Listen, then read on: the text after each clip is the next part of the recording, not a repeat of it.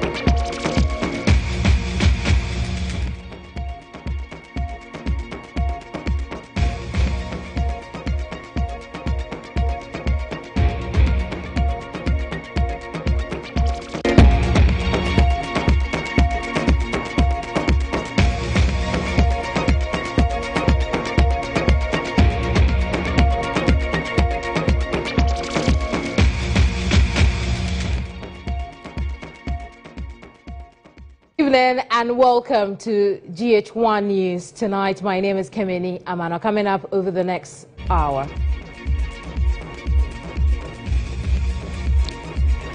Accra Rail Transport bounces back after 2 years of break. Tonight we bring you back to report. We bring back to you reports on how far we have come.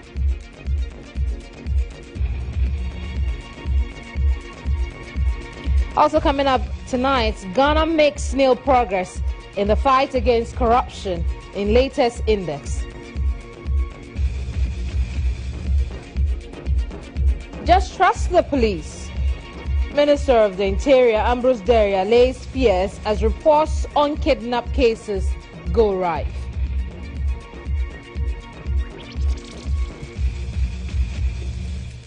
Men's gold is back in the news. We'll tell you how Iyoko has frozen all men's gold properties after securing a court order to go after all NAM1 assets. We've got these stories and plenty others over the next hour here on News Tonight.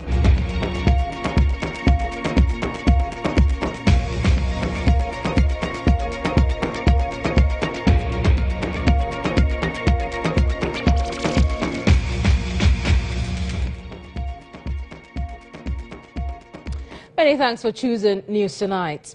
Now, the 2018 Corruption Perception Index shows that Ghana's performance has improved by 1 point from its 2017 score of 40.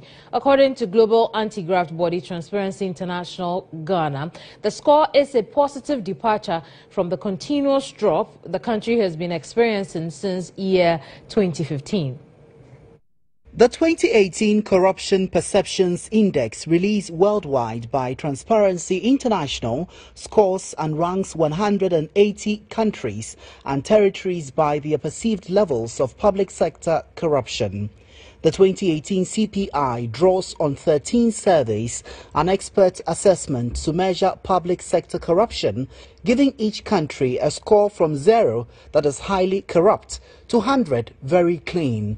According to Transparency International, the 2018 CPI reveals that the continued failure of most countries to significantly control corruption is contributing to a crisis of democracy around the world. The 2018 CPI scores Ghana 41 out of 100 and ranks the country 78 out of 180 countries included in the index. According to Transparency International, several factors, including policies and initiatives by government and state institutions implemented during the period under consideration, could have accounted for this improvement. The enhanced performance of the Audit Service and the Auditor General in discharging their constitutional mandate and ensuring the protection of the public purse could have made some impact on the 2018 CPI score.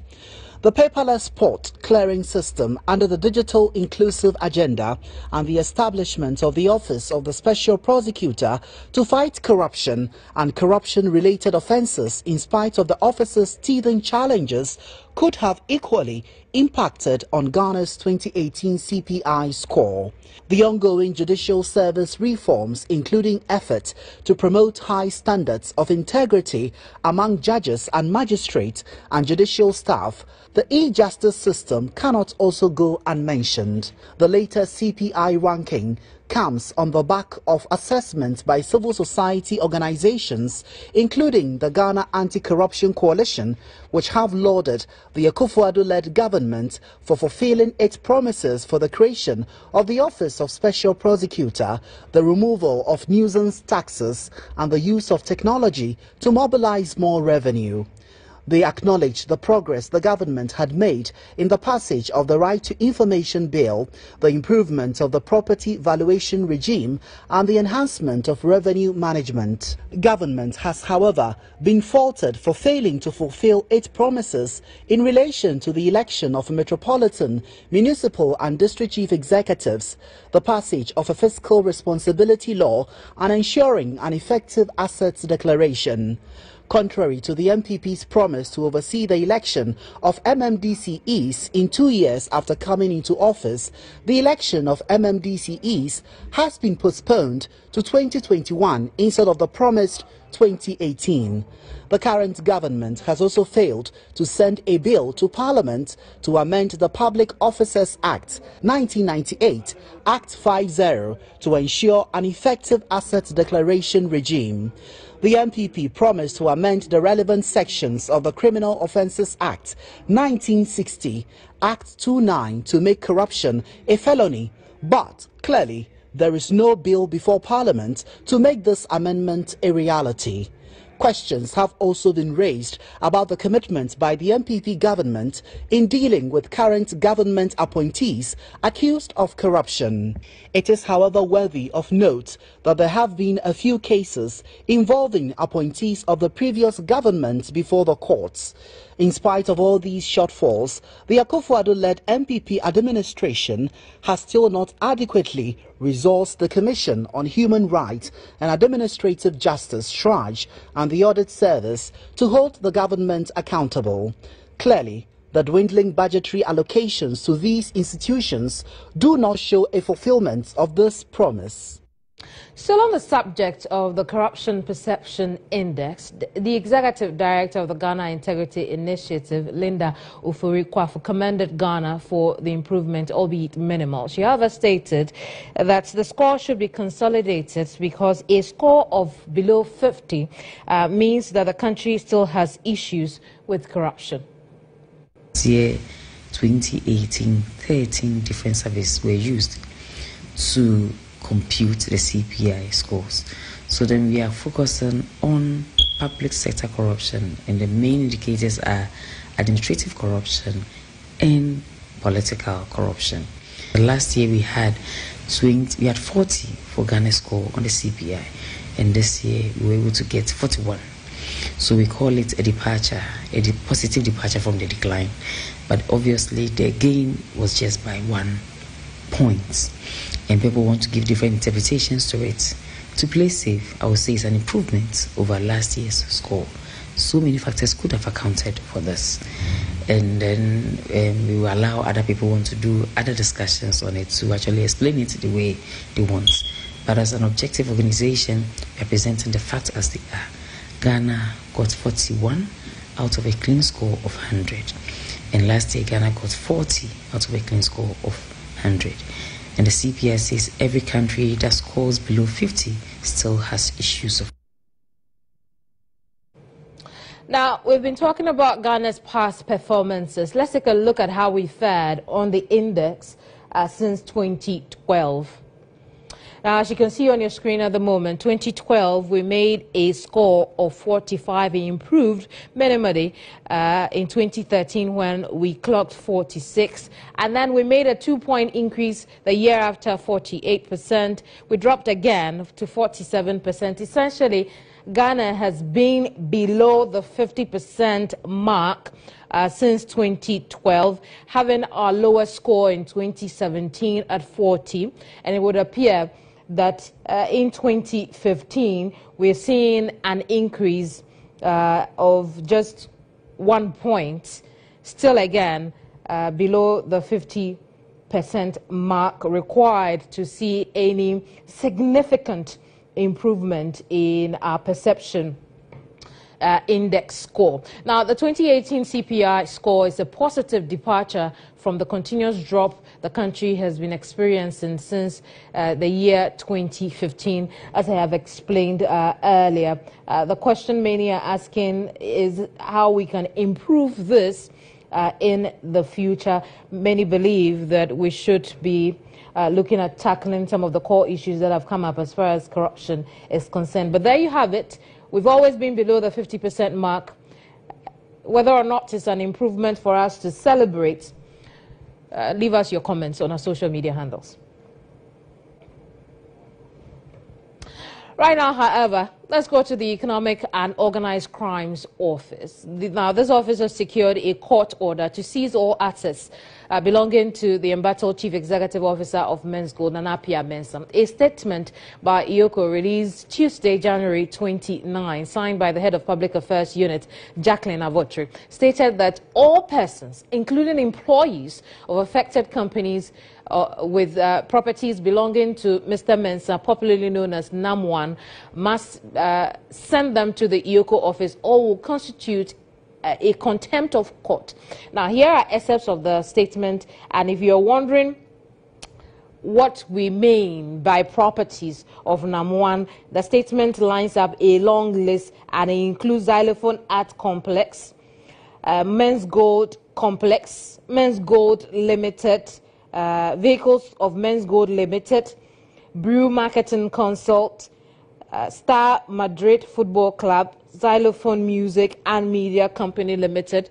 Now, this particular bit of the IOCO release has sparked debate among many Ghanaians. You may well know how many artists and actors have been signed on to Xylophone Music and Media. What does this mean for them? That's something we'll find out here on News Tonight. Now, there's Brew Energy Company Limited, G-Tech Automobile Service, 2 properties located at Trasaco Valley, plot of land near Oak Street, also in Trasaco Valley, an uncompleted residence, 510-acre land. By this news release, the statement goes on: all employees of the affected companies, relatives and friends who are in possession of any of such properties are to surrender same by the authority of the High Court. So there you have it. This is the latest on this matter. Like I said, as the broadcast unfolds, we'll find out who is affected by this. In the meantime, the University Teachers Association of Ghana has issued a statement condemning the dastardly murder of investigative journalist Ahmed Hussein Swale. The journalist, who was gruesomely murdered by an unknown hitman, was buried on January 18. Now, in the statement signed January 25, UTAG described the barbaric attack as a breach of fundamental human rights as enshrined in the 1992 Constitution. Let's speak to the president of UTAG, Dr. Harry Agbanu. He's joined us over the telephone. Good evening, Dr. Agbanu. Hello, Dr. Agbanu. Well, my understanding is we have lost Dr. Agbanu over the telephone, but there's a lot to be discussed as far as this statement is concerned, the show of support for the journalism fraternity. You're watching News Tonight. We'll be right back.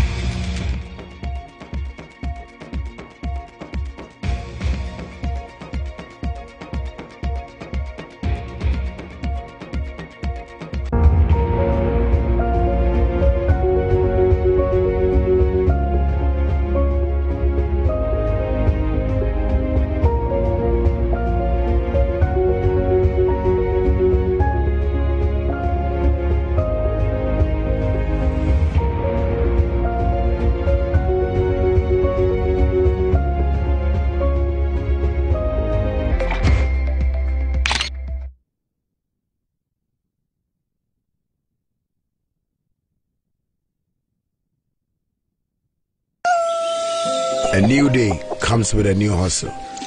My name is Shatawale. I started on the streets. They tried to hold us back, but we kept moving. I worked hard because I knew one day I would play hard. Yeah, we work hard, we play hard, yeah. Cause I stop energy, stop energy, stop energy, stop energy, stop energy, stop energy. As I keep stop energy, as I keep stop energy, as I keep stop energy. Storm energy drink. Work hard, play hard.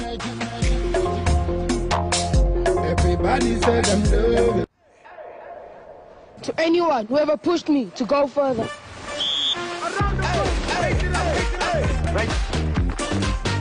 Come on, one more. To anyone who ever gave me a hand up.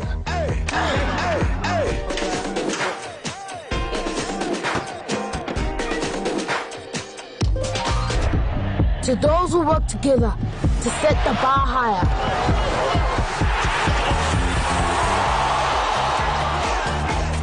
To those who give me the energy to go further. This is my team, and my team makes me. This advertisement has been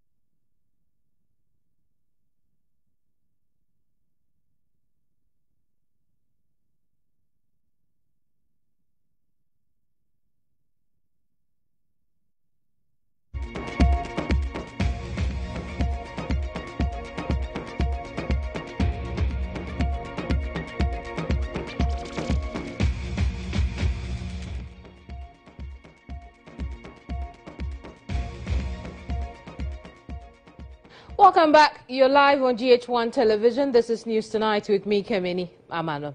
Tonight, we want to delve briefly into the development of one of the safest means of transport, rail. So in this story, GH1 News unearths the problems and dangers of plying the Nsawam tracks.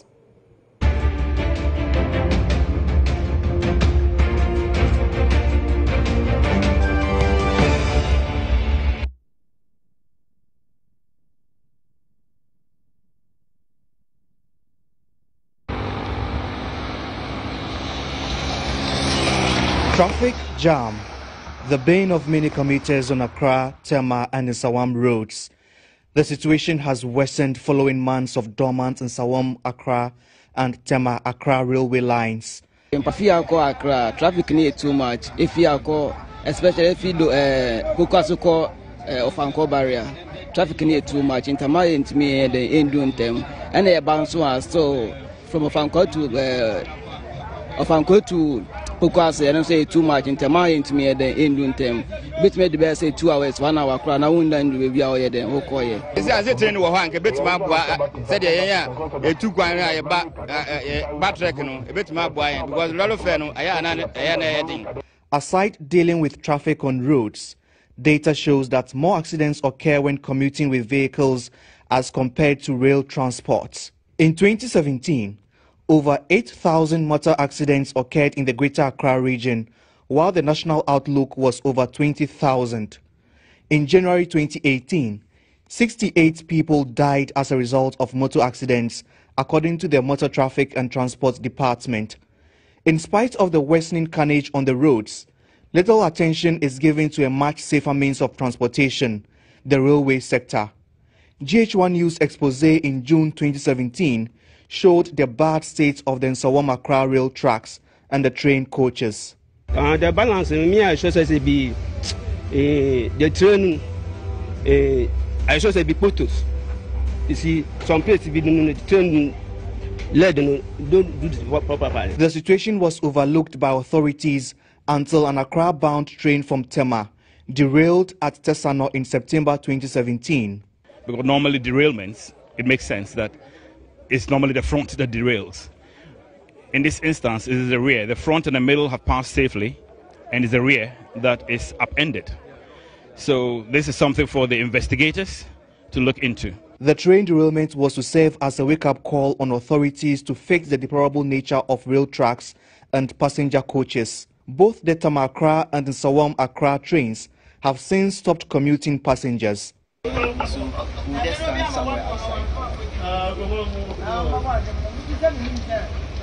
Emmanuel Tay was the driver behind the steering wheel when the Tema-Accra coach derailed at Tesano. He has not been working almost 8 months after the accident. I'm not that feel free because you go and sit down and come back. And moreover, we are losing the experience that even having. We are losing the experience. We don't go out station again, over time, but that is the only difference about it, since we are not doing any extra work. Emmanuel is not certain when he will have his job back, as information from authorities is scanty.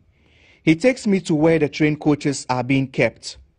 These passenger coaches, which commute on the Accra and Nsawam tracks, were brought in the country in 1986.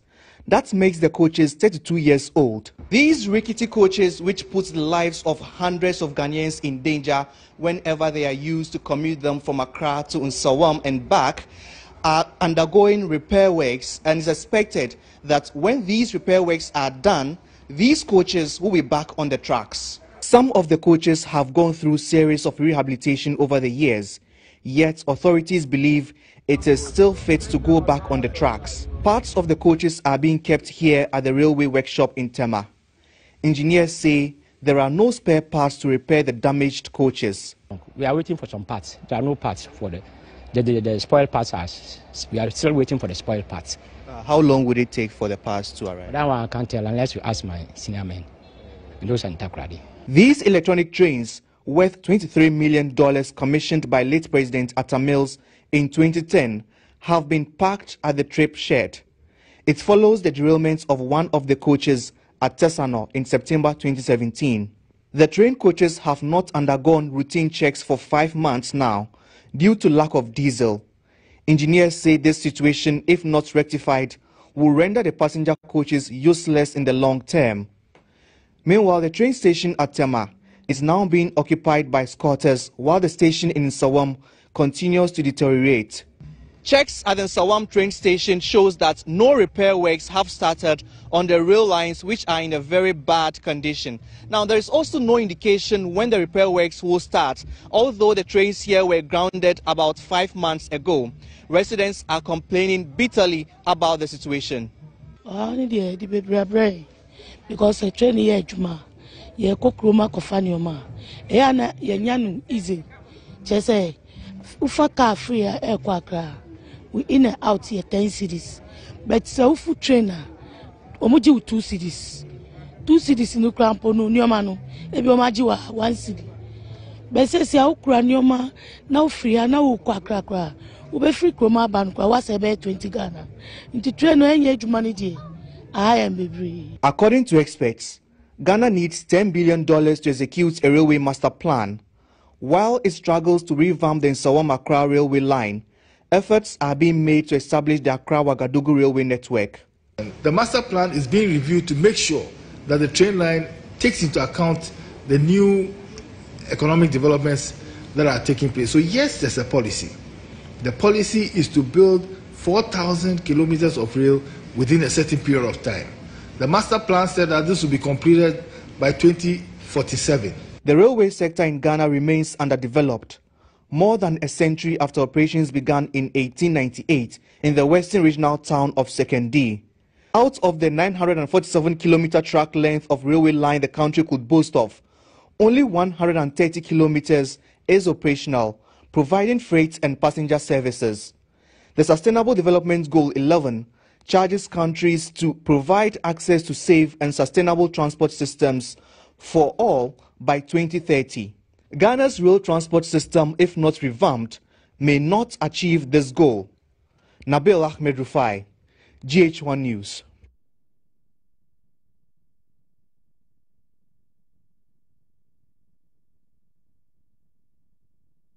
Now, that is the story that sparked the need to expedite work on the Accra-Nsawam track.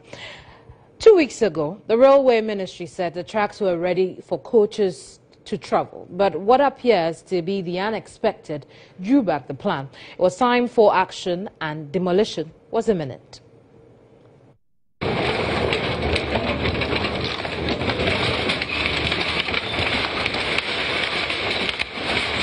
Yeni baby da ana yang sasase da hoping ten se uwo bibia wo so anko aye deda entwen emma ye metena so ansa no aka se wo be ye emonto onye a killing soul. What I say, what they are doing is evil act.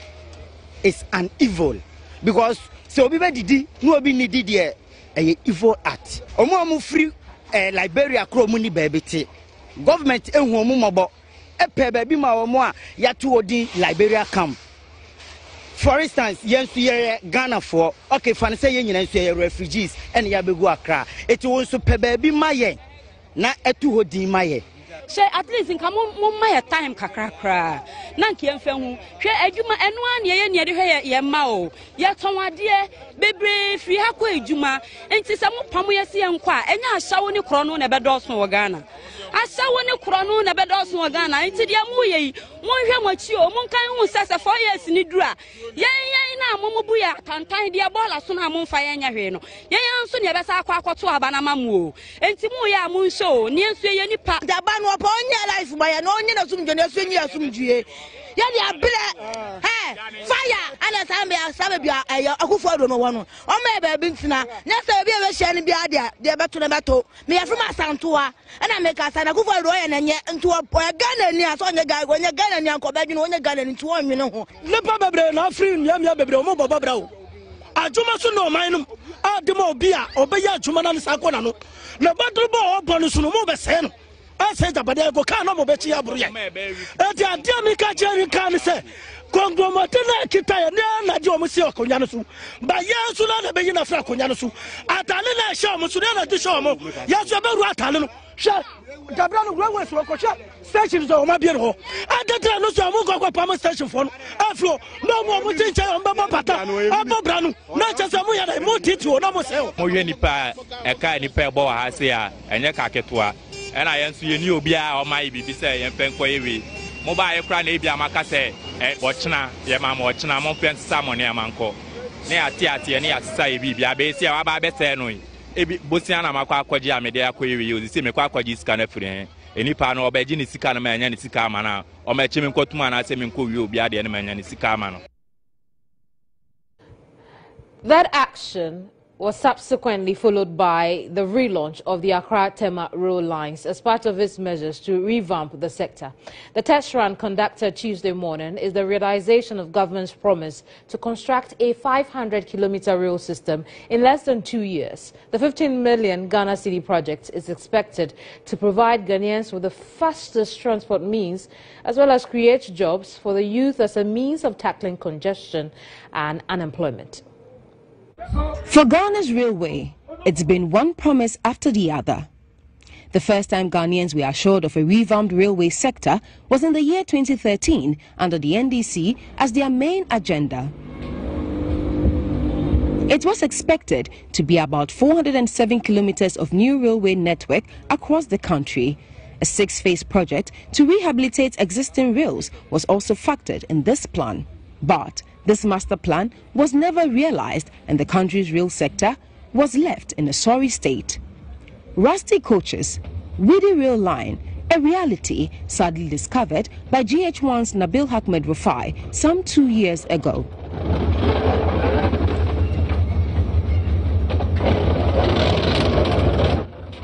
As if Ghanaians had not received enough promises from government, there came another in 2017. This time around by the new patriotic party under the leadership of President Nana Addo Dankwa Akufo-Addo.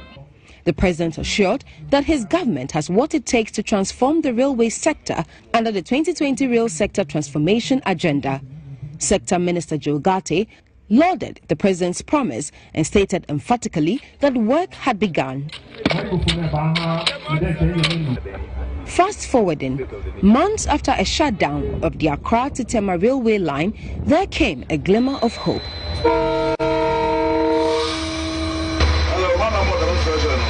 On this railway line, we have 6 stops, although popularly known as Circle, Achimota, Bachona, Asapochona, and Harbour Station, and then Committee 1.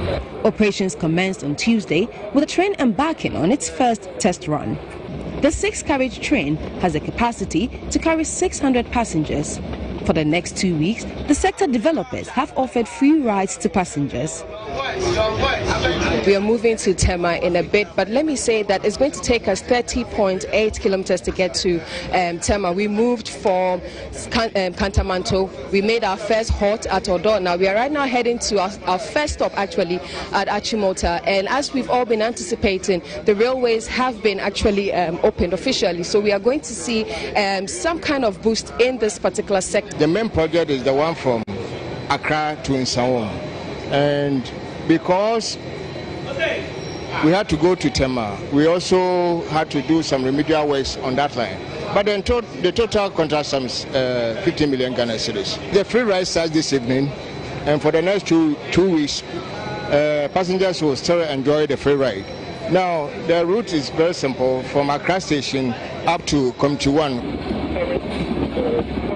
But even though it seems like a problem is solved, there is more to be done as encroachers have taken over the rail lines. Even though there has been a number of demolition exercises to evacuate these encroachers, the recalcitrant returned to the rails. Chief Executive Officer of the Ghana Railway Development Authority, Richard Dombo, said government will not relent this time in ensuring that these encroachers are taken off the rails for their own safety. The issue of encroachers is, it's just like an itch that you have, that it just wouldn't go away. But it certainly would go away with the right medication. We have the law on our side if we wanted to enforce it, without regard to the human eye. But in all of this, we are trying to be understanding of human need. Nonetheless, going forward, there is no question that the railways and safety that go hand in hand, safety and railway go hand in hand. We cannot say that we are going to have a functional railway system to serve the people and still leave the people exposed to the danger that the railway is. Accra Metropolitan Chief Executive Mohammed Ajay Sowa added that his outfit has been working assiduously with the sector to ensure that the vision of the president is achieved. These areas that you say that we have not pushed the people off the close to the railway line is the fact that we have given them as well notice, and then we'll take action thereafter. I might also say that because the railway sector became defunct, people also took advantage and they decided to erect structures along those areas. The Accra Nsawam Rail is also expected to be launched in February. For first-time riders, it was a good experience, but had these observations to share. I think it was a very nice experience, but then there were some few challenges. Let me just highlight on two. One has to do with the timing. We spent more than an hour moving from Accra to Tema, and then if I should spend more than an hour in a train, and I'll spend that same period of time in a vehicle, then I feel that there's no difference. Doesn't make any impact. So moving forward, if something can be done with the timing, if it can be brought to, let's say, 45 minutes, I think that would be good. And then secondly has to do with the heat. The heat in the train. Oh God, that was so bad. This is my first time being on the train, and the feeling was good. I think it's a great step. It's a great step taken by the government to revive the railroad sector, because with this, I think it will ease the pressure on our roads and also help reduce the carnages that we record every year, which to me, I think, it's a massive step. After 2 weeks, the Accra-Tema line will be open for full business. It is expected to contribute to the country's GDP, create jobs, ease traffic congestion, as well as provide many with the fastest transport means ever.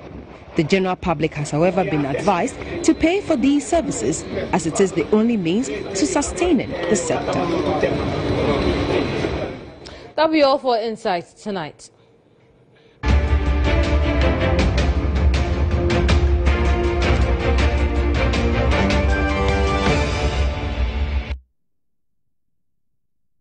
Let's go back to our earlier story on UTAG releasing a statement in support for investigations into the death of journalist Ahmed Hussein Swale. We have on the line now President of UTAG, Dr. Harry Agbanu. Thank you very much for your time and good evening. Good evening, my chief, and good evening to your listeners. But I'm not the president of UTAG. I'm the president of UTAG, University of Ghana. UTAG. I'm not the national president. Very well, very well. Thank you very much for the correction. I've got to say that having the Teacher Association right in support of journalists is a gesture we do not take for granted. But tell us how the association felt about what happened to the journalists. In fact, UTAG is dismayed. UTAG was shocked. We were disappointed at the murder of our brother Hussein Swale. We were of the opinion, and we are still of the opinion, that the bane of our development as a country is corruption.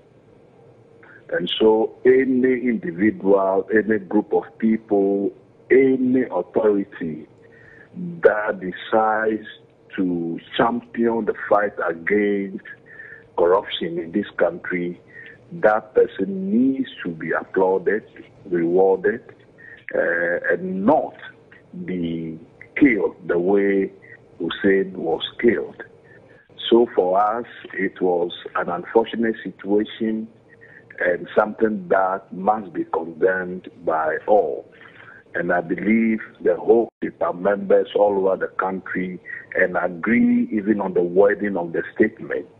And so that explains why it took 2 weeks to release the statement now. I see. Now, so which bodies have been given the statement that you have released? Which bodies have been given in terms the statement? It's a press release. It's a press release. So it's to the press houses, and anybody who cares to read and to know the position of UTAG is also welcome to avail him or herself to the statement that we have issued. But okay, so by that, even though the case has moved from the death of the young man to how it's being investigated, including those who have been invited, UTAG has not gone to the investigative body so that this pressure you're putting on, in the form of the press release could actually yield something. But you just brought it to us, the media. Oh, but the media, anything in the media is public. If you care to know, the power of the media is unparalleled. Governments listen to you, everybody listens to you. So the best way to carry your message across to everybody in this country and even beyond is through the media. And so you'll be surprised to know that even as we are talking now, officials, government officials, people who need to know what the UTAG thinks are listening to us clearly. So once the message is in the media, it is to everybody, I think. Oh, we'll leave it here. Thank you very much for your time and the press release. I've been talking to Dr. Harry Agbanu. He is president of UTAG, University of Ghana chapter. Let's go back to another story in the first half of the program where we told you about how IOCO has secured a court order to go after assets of NAM1, which includes all properties, landed or not, that colleagues, workers, friends and relatives have. Over the phone now is PR for the company, Niyama. Niyama, thank you very much for your time here. How do you respond to this court order? Hello? Ni, I'm asking, what's your response to this court order? I can hardly hear you, but I guess you're asking me what's the response for the court. Absolutely, absolutely. Hello, Ni. I think we have lost Niyama over the phone. It's a terrible thing to happen. It will be interesting to know how they are going to prepare to meet this court order IOCO has, and who will be affected by. Well, I understand Ni's back over the telephone. Hello, Ni. Ni, can you hear me? Hello, Ni. Oh, it's a shame. Ni can't hear me. We'll give it another try when I come back. Stay with us.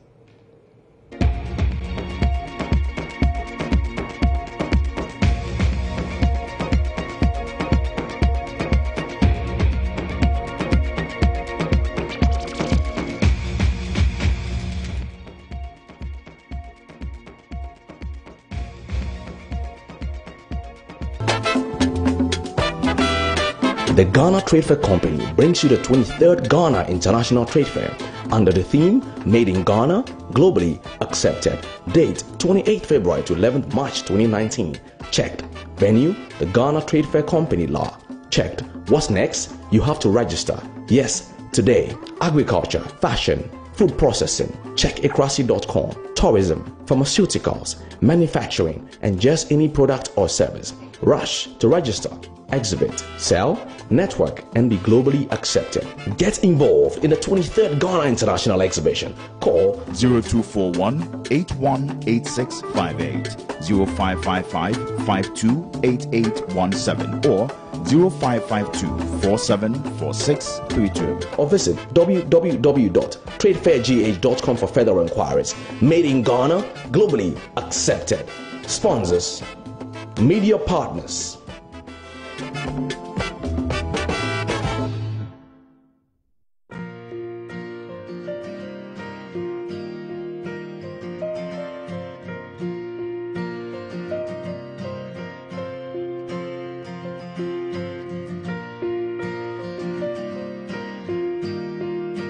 When we join our hands, it means that we are one. It means we stand, believe, and rise together. Because when our hands are joined, our hearts are joined too.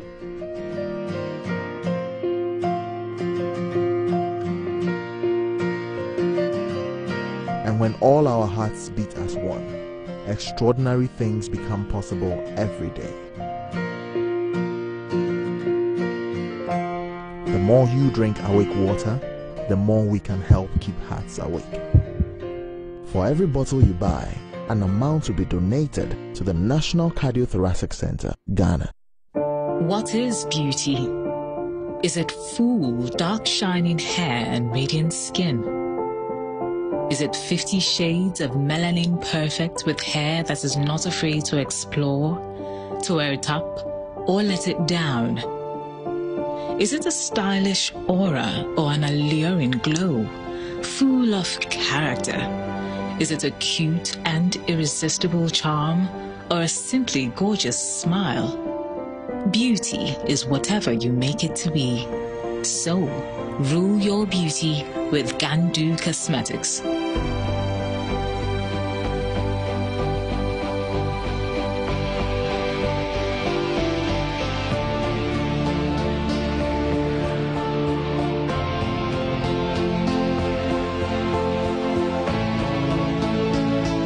Gandu Cosmetics. Rule your beauty.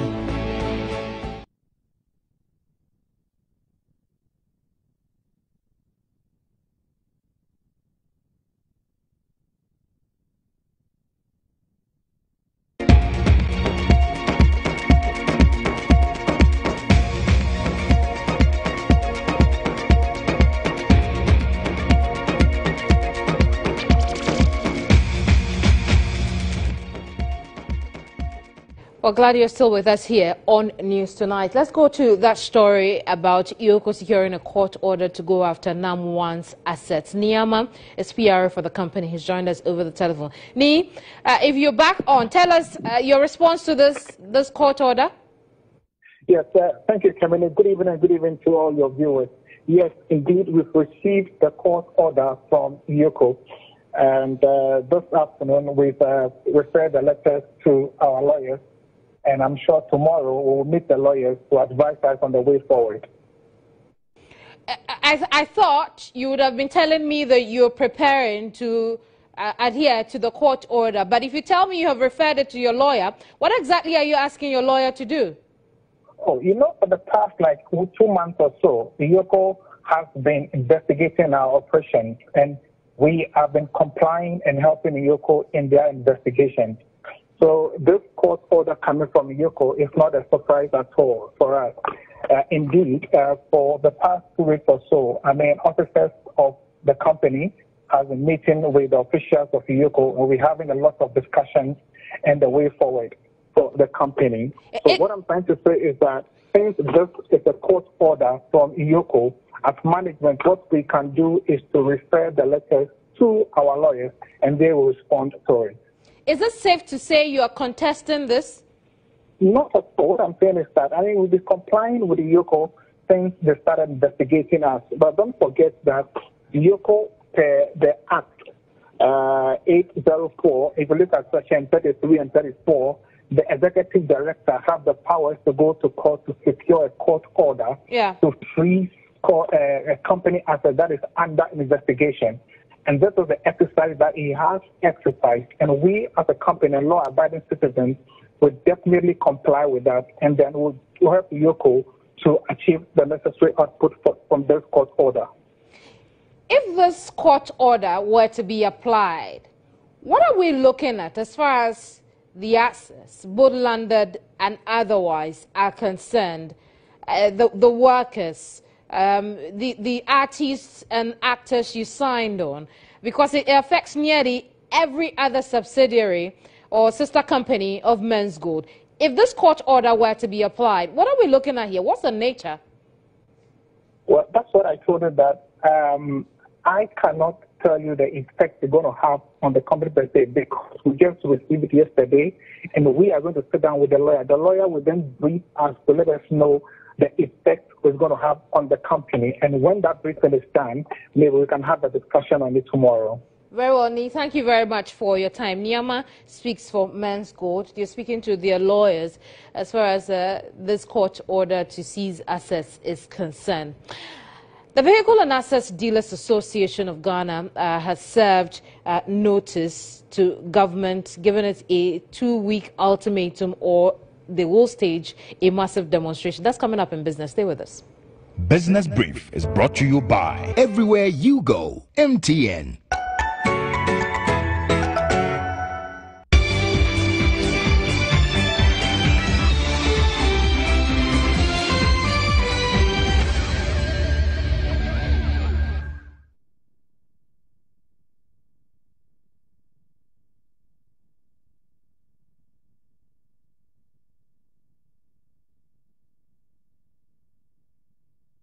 President of the association said the tax is not good for the country and wants the government to withdraw the tax. The annual levy has been imposed on vehicles with high engine capacities from 2,950 cubic centimeters and above. The GRA said the levy shall be paid on the registration of vehicles and subsequently on or before the annual renewal of the roadworthy certificate of such vehicles with engine capacities above the 2,950 cubic centimeters.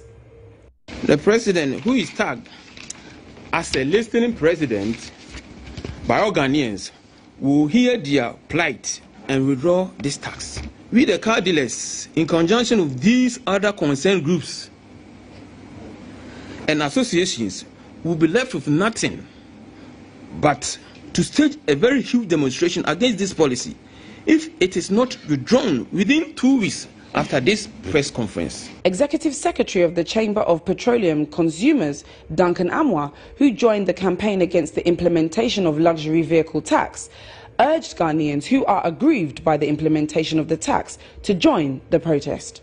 This is the first major warning we are sending to the finance minister. We are sending to the government machinery. We are saying that if in 2 weeks, like Secretary said, we do not get any favorable response of an attempt to at least review or scrap that levy, they will see it in front of the Flagstaff House. We will bring all those cars and park them there, so that they would have to find a way for the importers to get their monies back, because you have put a law that makes their businesses, impossible. The following categories of vehicles are, however, exempt from the levy: tractors, ambulances, commercial vehicles that have the capacity to transport more than 10 persons, commercial vehicles for the transport of goods, and other exemptions as may be prescribed by the minister responsible for finance.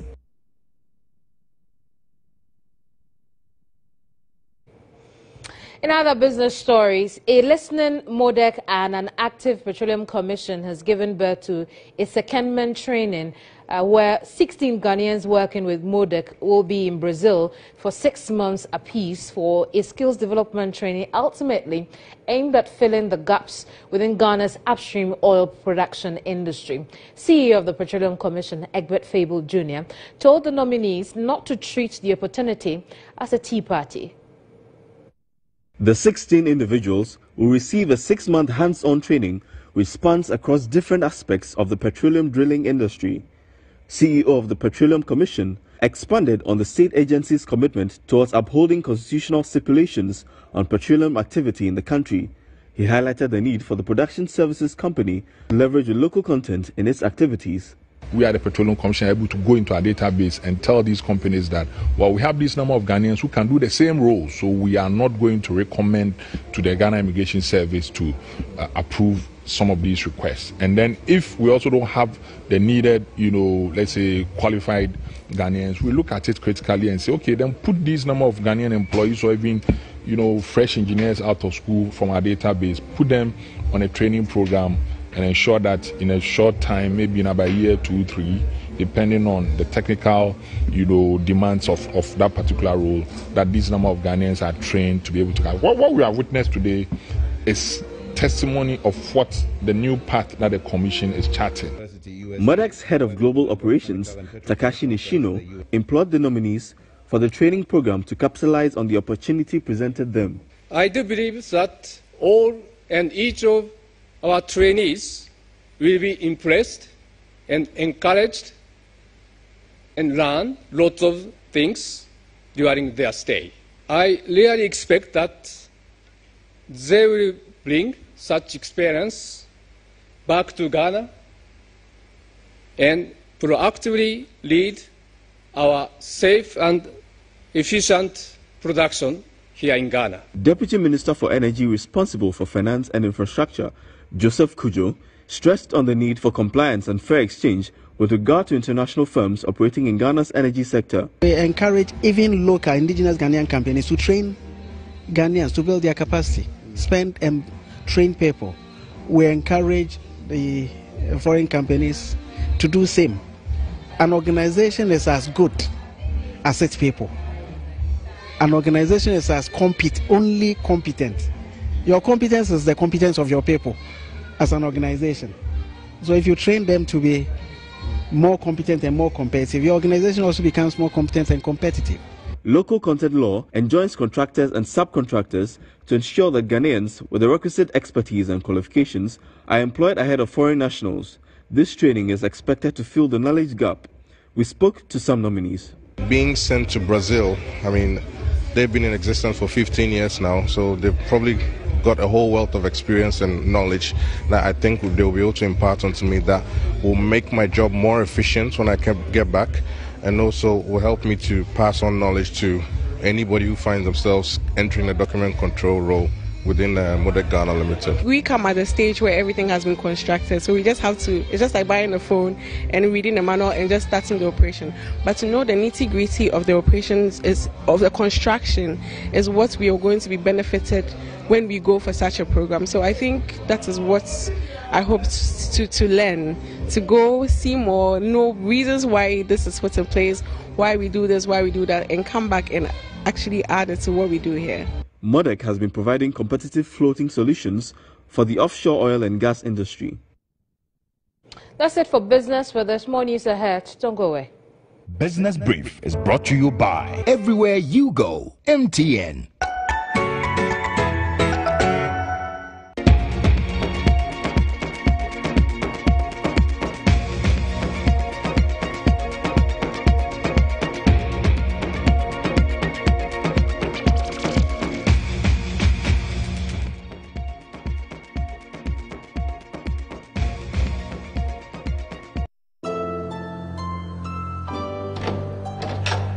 If I don't see this wedding with my own eyeballs, dear, it's not me. I just go into the church. Okay, let me connect my earpiece. Now you may. Remember.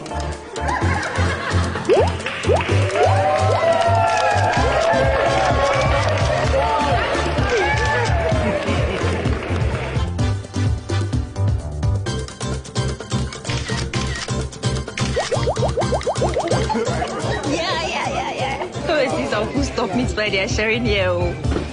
For salam. Buffet, papa. Enjoy even more valuable MTN Free After One. You only pay for the first minute of your call on MTN Free After One, and the rest is free. Plus, you enjoy free 50 megabytes worth of data to browse your favorite sites. Umpe where? Umpe deng. Dial *315# to sign up now. We day for you everywhere you go.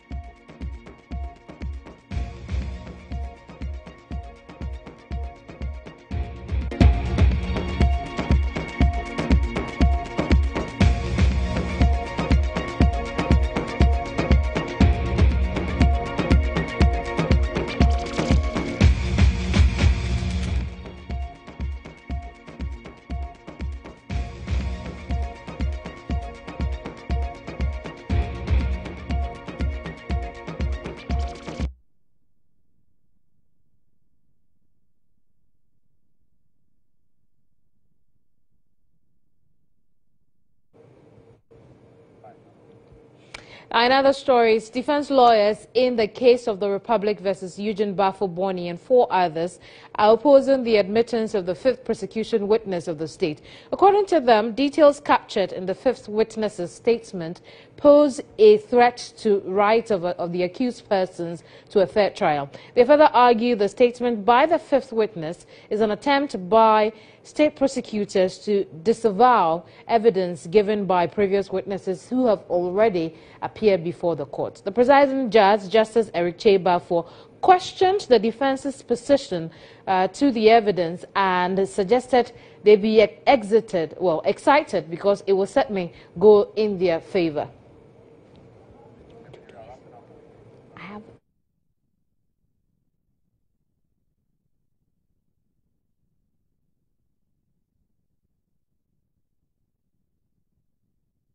And well, from the courts, that's how we wrap up tonight's edition of News Tonight. Thank you very much for your company.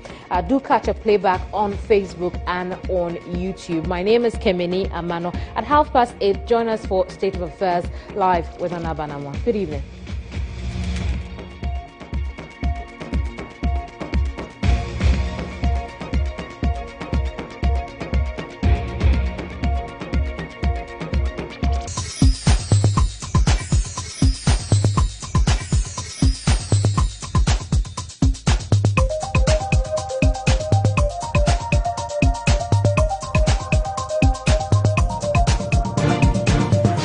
GH1 TV, your best experience.